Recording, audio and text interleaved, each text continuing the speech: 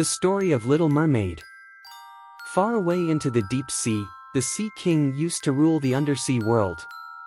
His castle was in the deepest spot of the sea. The walls of the castle were made of blue coral. On the roof of the castle were shells that opened and closed when water passed through them. The Sea King lived there with his mother and 4 daughters, each child born a year apart.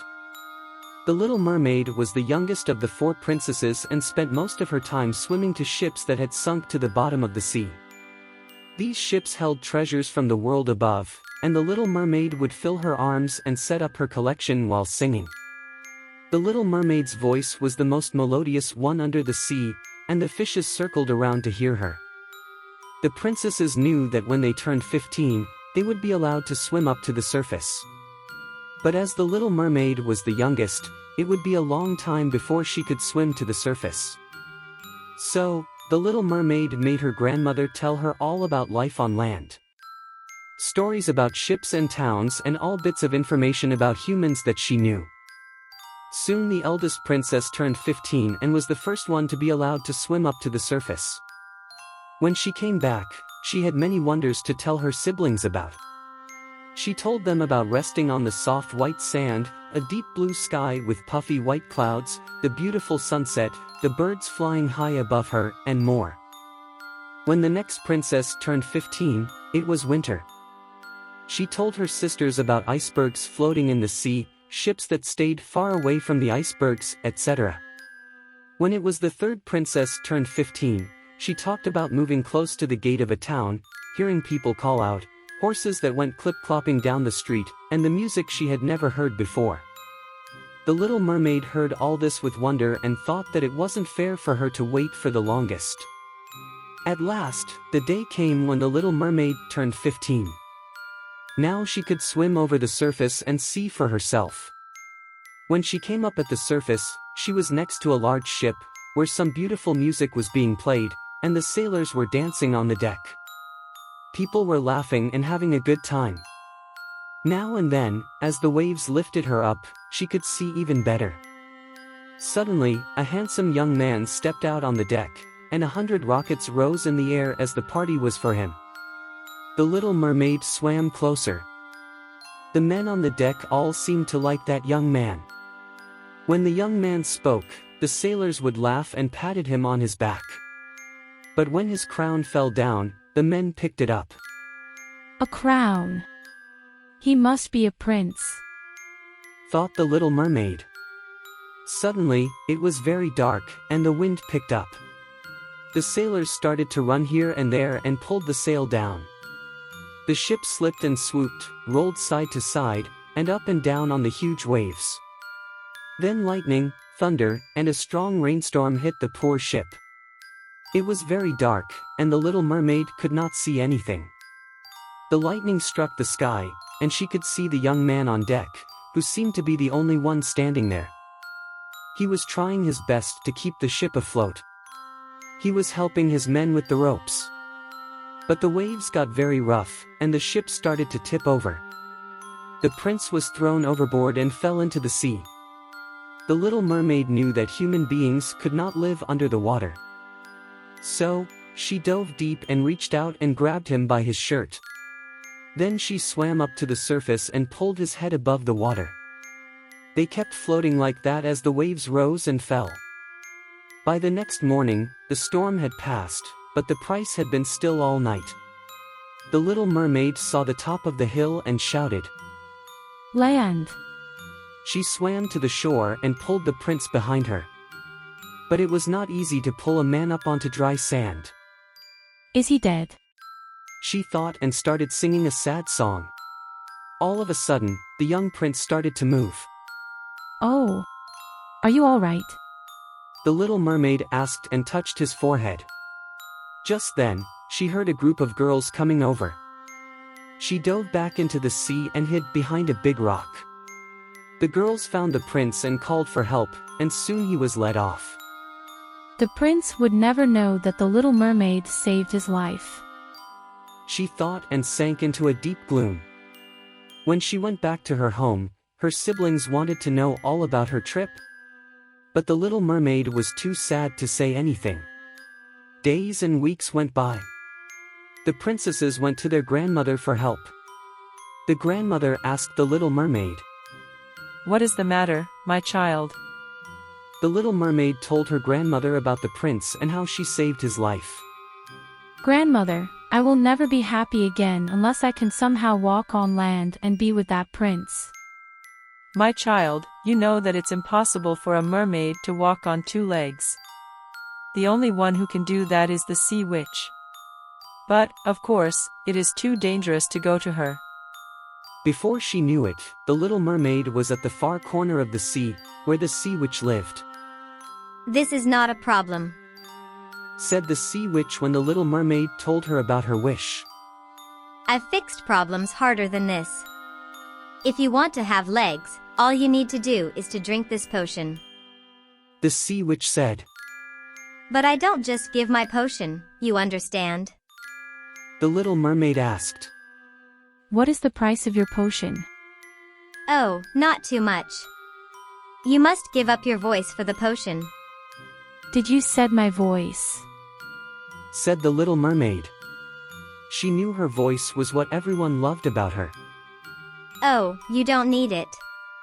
Talking, what a waste of time. What if the young prince marries someone else, and the next you must die? And your voice, will stay with me forever. But then again, who knows? The prince might choose you." The little mermaid's heart leapt. Then next moment, the sea witch held out a glass with the beautiful green potion. "Whatever are you going to do? Make up your mind, little child. I don't have all day," she said. The little mermaid quickly took the potion and drank it. She felt a little dizzy and in pain, like a sword was being passed through her body. She spun, jerked, and then fell down. When she woke up, she was on the same dry land where she had rescued the prince. Lifting up her head, the little mermaid could see that her dream had come true. She had 2 legs, like humans. "Girl, are you in trouble?" It was the prince who asked her this. She tried to reply, but no words came out of her mouth. "Can you speak?" he asked. She shook her head in no. "Oh. Allow me to take you to the castle. You can clean yourself up there and change clothes." The little mermaid was very happy and joined the prince to go to the castle. It was a little shaky for her to walk on her 2 legs at first. But soon, she learnt and got the hang of it. That night, the young prince showed her around the castle. He pointed out a portrait and told her all about them. When the prince said something funny, she laughed, and when the story was sad, her kind eyes told the prince that she felt sad too. The next day was a royal party in the castle. The young prince had not been looking forward to going. After all, who likes to stand for hours with finely dressed people and talk and have nothing to say? But the prince asked the little mermaid if she wished to come with him. She nodded, and the prince felt glad. After that day, the prince wished the little mermaid to be by his side every day. He thought of even falling in love with her, but still held high hope of marrying the girl with a lovely voice who rescued him. The king called for his son, the prince, one day and said to him, "Son, your mother and I have made a decision to marry you, and luckily, we already picked a bride for you." What? The prince panicked as he only wanted to marry the girl with the beautiful voice that he remembered. "Who is this girl?" the prince asked the king. "A beautiful princess from a nearby land. She is coming with her parents this night. We will talk about the wedding plans." The king replied. The prince was crushed, and the little mermaid felt fear. She knew what would happen to her once the prince married someone else. At night, her troubles got worse. What the little mermaid did not know was that the evil sea witch had put her voice into this princess. She was a stuck-up princess who thought only about herself. Yet when she spoke, it was the little mermaid's voice that came out. The prince was stunned and asked the princess to sing, and it was the little mermaid's voice that filled the room. The prince could not believe his luck. At last, he could marry the woman he had longed for all this time. When he shared his joy with the little mermaid, she tried to show that she was happy for him. But gloom filled her heart. The next morning, the little mermaid went to the sea. Her sisters were worried since they had not heard from her and rose above the water to see how she was. The little mermaid told them of the trouble she was in. The prince's wedding was going to take place the next day, and the day after that, she must die. The sisters had an idea and asked her not to worry. They told the little mermaid to come back to the seashore later that night and dive back into the sea. The little mermaid came back to the shore, and her sisters rose up again. But their beautiful long hair was gone. They cut them off to give to the sea witch in exchange for a knife. With the knife, they asked the little mermaid to kill the princess. The little mermaid took the knife, but in her heart, she knew she would not kill the princess. Finally, the wedding day arrived, and the little mermaid stepped up to the wedding ship with the other guests. The wedding was supposed to take place at sunset. The three princesses had returned home and were met with their angry father. The Sea King asked them that where is Little Mermaid. They told their father about the trouble their youngest sister was in, and he swam up to the wedding ship. The Sea King saw the prince and princess getting ready to get married. He understood that his daughter did not use the knife.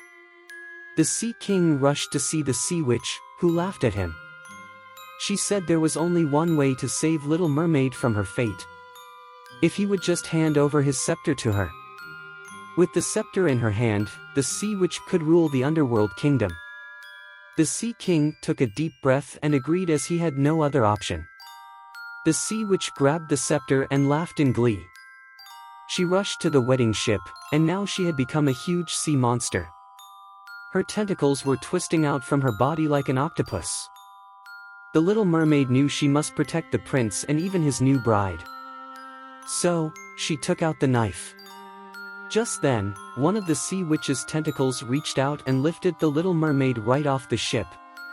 Sea Witch is trying to bring the end of Little Mermaid. Before the little mermaid knew she was wrapped up in her tentacle. The little mermaid was holding the knife and used it and dove deep into the chest of the monster. The Sea Witch reeled back in pain, and she was freed. The guests on the ship started running around in fear. The prince shot at the monster, and the Sea Witch dropped down deep under the water. As she fell down, the little mermaid's voice returned. The princess the prince was marrying then shouted in a harsh gruff voice, "What a lousy kingdom this is. Can't even have a proper wedding." The prince heard this and knew that she was not who he thought she was. Then the little mermaid started to sing, and the prince knew that the voice he remembered belonged to the very one he had grown to love. When the Sea King arrived, his scepter was floating in the sea waiting for him. With a sweep of the arm, it was his again. King said that he sees his girl in safe hands. The prince put his arms around the little mermaid. "Now I know it was you all along the way," the prince said. "Will you marry me?" the prince asked her. The little mermaid nodded in happiness, and a wedding on the ship took place after all.